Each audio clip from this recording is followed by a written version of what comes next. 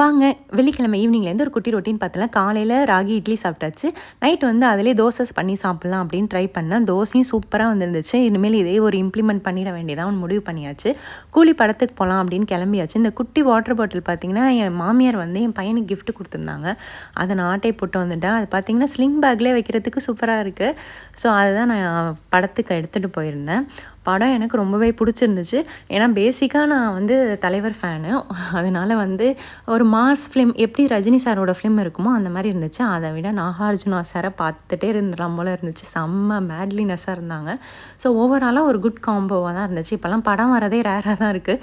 So அதனால் இதெல்லாம் miss பண்ணாமல் தேட்டரில் போய் பார்த்திங்கன்னா அந்த ஒரு வைப் கிடைக்கும். நாங்கள் பார்த்திங்கன்னா மிர்டிஃபில் தான் போயிருந்தோம். பயங்கர கூட்டம்.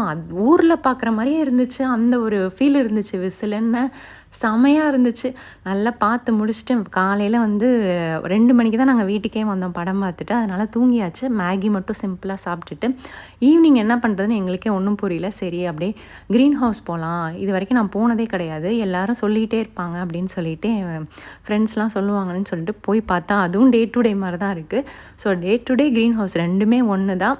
அதை பார்த்து முடிச்சுட்டு சாட்டர்டேவே இனிதே நிறைவடைஞ்சிருச்சு. இன்னொரு விலாகில் சந்திக்கிறேன். தேங்க்யூ.